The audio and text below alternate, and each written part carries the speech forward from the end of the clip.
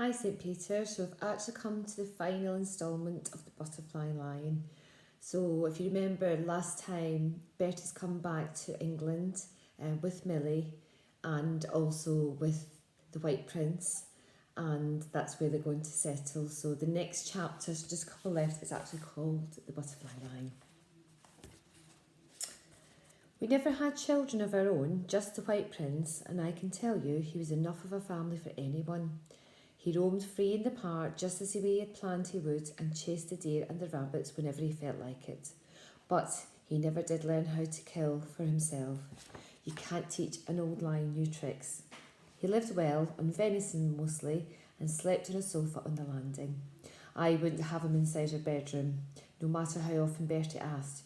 You have to draw the line somewhere. Bertie's leg never recovered completely. When it was bad, he often needed a stick, or me, or the line to lean on. It pained him a lot, particularly when the weather was cold and damp and he never slept well. On Sundays the three of us would wander the park together and he would sit on top of Wood Hill with his arm around his old friend's neck and I would fly kites. As you know, I've always loved kites, and so it turned out did the lion, who pounced on several of them as they landed, savaged them and ripped them to pieces. The lion never showed any interest in escaping, and even if he'd wanted to, the park wall was too high for an old lion to jump.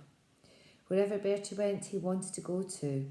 And if ever Bertie went out in the car, then he'd sit near me next to the stove in the kitchen and watch me with those great amber eyes, listening all the while for the sound of Bertie's car coming up the gravel to the front of the house. The old lion lived on into ripe old age, but he became stiff in his legs and could see very little towards the end. He spent his last days stretched out asleep at Bertie's feet, right where you're sitting now. When he died, we buried him at the bottom of the hill out there. Bertie wanted it that way so he could always see the spot from the kitchen window. I suggested we plant a tree in case we forgot where he was. I'll never forget, he said fiercely, never, and besides, he deserves a lot more than a tree.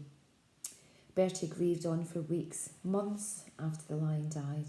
There was nothing I could do to cheer him up or even console him. He would sit for hours in his room or go off on long walks all on his own. He seemed to shut away inside himself, so distant. Try as I did, I couldn't reach him. Then, one day I was in the kitchen here when I saw him hurrying down the hill, waving his stick and shouting for me. "I've got it," he cried as he came in. "I've got it at last." He showed me the end of his stick. It was white. "See that, Millie? Chalk. It's chalk underneath, isn't it?" "So?" I said. "You know the famous white horse on the hillside at Uffington, the one they carved out of the chalk 1,000 years ago? That horse never died, did it? It's still alive, isn't it? Well, that's what we're going to do, so he'll never be forgotten. We'll carve the White Prince out on the hillside. He'll be there forever, and he'll be white forever too." "It'll take a bit of time, won't it?" I said. "We've got plenty, haven't we?" he replied with the same smile he'd smiled at me when he was a 10-year-old boy, asking me if he could come back and mend my kite for me. It took the next 20 years to do it. Every spare hour we had, we were up there scraping away with the spades and trowels, and we had buckets and wheelbarrows to carry away the turf and the earth. It was hard, back-breaking work, but it was a labour of love. We did it, Bertie and I, we did it together.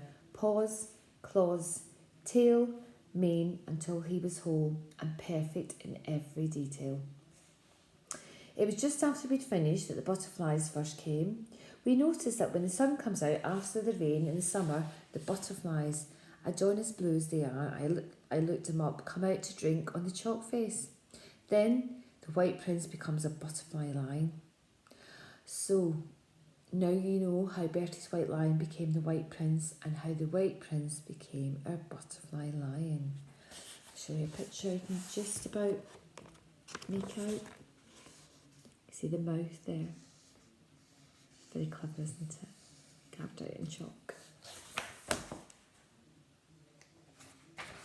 Next chapter. And the lion shall lie down with the lamb.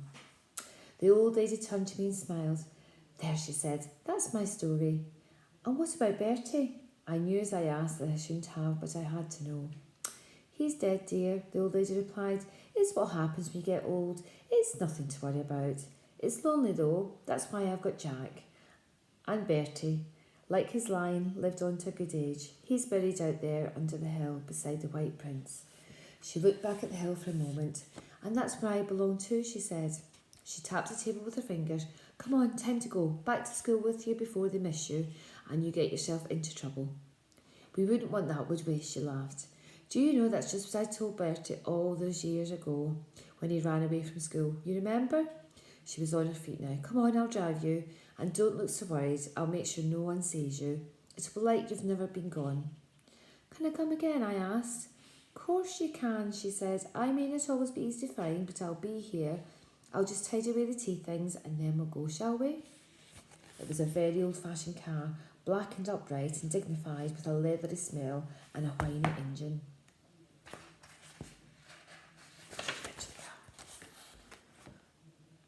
Okay. This looks very old-fashioned, doesn't it? She dropped me at the bottom of the school park by the fence.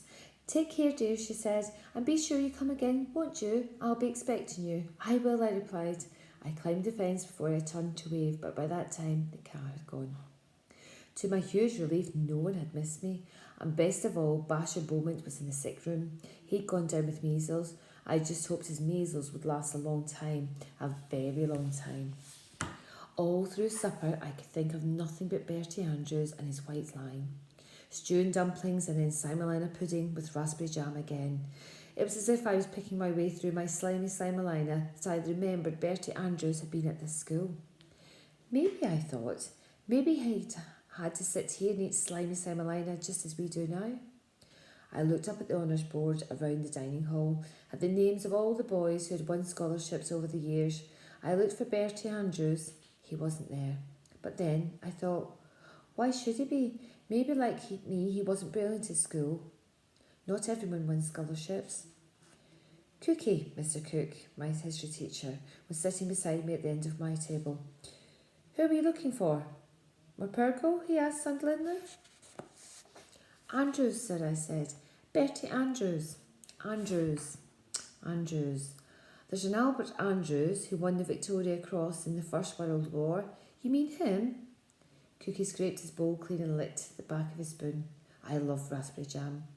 You'll find his name in the chapel under the east window, under the war memorial. But he wasn't killed in the war, you know. He lived down at Strawbridge, that place with the lion and the gateway, just across the main road. He died maybe 10, 12 years ago, soon after I came to teach here, the only boy ever to win the VC. That's why they put up a memorial plaque to him in the chapel after he died. I remember the days his wife came to unveil it, his widow, I should say. Poor dear, just herself and her dog in that great big place. She died only a few months later, broken heart, they said. You can die of a broken heart. That house has been empty ever since. No family to take it on. No one wants it. Too big, you see. Shame. I said I wanted to be excused to go to the toilet. I hurtled down the passage, out across the courtyard and into the chapel. The small brass plaque was exactly where Cookie had said it was, but hidden by a vase of flowers. I moved the vase to one side. The plaque read, Albert Andrews, VC, born 1897, died 1968. An old boy of this school, and the lion shall lie down with the lamb. All night long I tried to puzzle it out. Cookie was wrong. He just had to be. I never slept a wink. Okay. Final chapter, and it's called Adonis Blues. The next afternoon, after games were over, I went over the fence at the bottom of the park, hared up through Innocent's Breach, across the road, along the wall, and slipped through the iron gateway with the stone lion roaring above me. It was raining, a light summer rain. I tried knocking at the front door. No one came. No dog barked. I went round to the back and peered in through the kitchen window. The box kite was still there on the kitchen table, but there was no sign of the old lady anywhere. I rattled the kitchen door and knocked louder. Again and again I called out, Hello? Hello? There was no reply. I banged on the window. Are you there? Are you there? We are all here, came a voice from behind me. I turned. There was no one there. I was alone with the white line on the hillside, I had imagined it. I climbed a hill and went to sit in the grass above the white of the lion's mane. I looked down at the great house beneath me. Jackdaws cawed overhead. There was bracken and grass growing out of the gutters and around the chimney pots. Some of the windows were boarded up. Drain pipes hung loose and rusting. The place was empty, quite empty. So that's where he's sitting, and you can see the house from the top of the hill.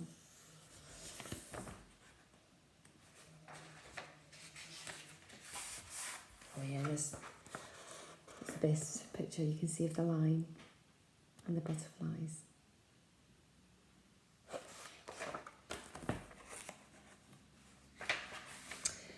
The rain suddenly stopped and the sun warmed the back of my neck. The first butterfly landed on my arm. It was blue. Adonis blues, came the voice again like an echo in my head. Then the sky around me was filled with butterflies and they were settling to drink on the chalk. Adonis blues, remember? The same voice, a real voice, her voice.